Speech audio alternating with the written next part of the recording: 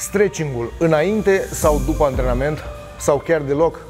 Eu sunt Vili Săvescu, practic culturismul de 11 ani și azi vreau să împărtășesc cu comunitatea Big Arm Society câteva sfaturi despre stretching.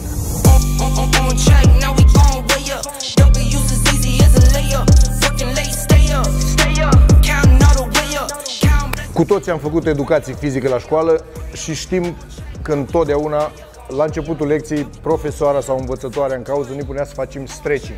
În primul rând, la începutul unui antrenament, eu aș recomanda 5-10 minute de activitate aerobică, fie că e bandă, stepper, în funcție de ceea ce urmează să antrenăm, să încălzim temperatura corpului per total.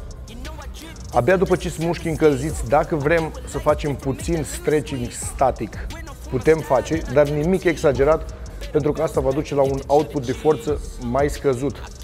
Eu personal, înainte de un antrenament, ca încălzirea să fie complet, aș recomanda 5-10 minute de bandă, stepper sau orice exercițiu, cât să facem puțină activitate aerobică, să ridice temperatura corporală, iar apoi să facem puțin stretching dinamic, nu static, cu exercițiile pe care urmează să le urmăm. De exemplu, dacă o să trebuiască să lucrăm coapse și o să avem ca primul exercițiu compus, pentru că eu personal încep tot timpul cu extensiile. Primul exercițiu compus vor fi genoflexiunile.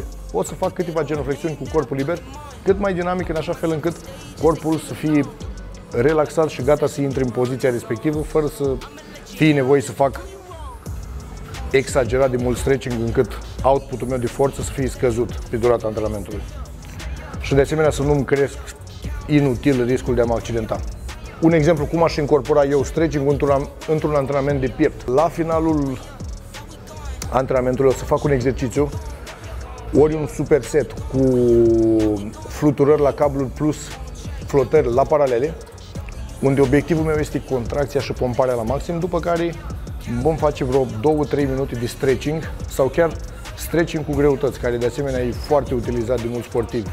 La finalul unui antrenament de piept luăm două ganteri. Eu iau două ganteri de 20-25 de kg, nu foarte grele, dar nici foarte ușoare, și mă pun în poziția de fluturare, fie că e pe plan înclinat, fie că e pe plan orizontal, și rămân în poziția inferioară timp de 30 secunde, în așa fel încât să produc cât mai mult stretch pe mușchiul lucrat.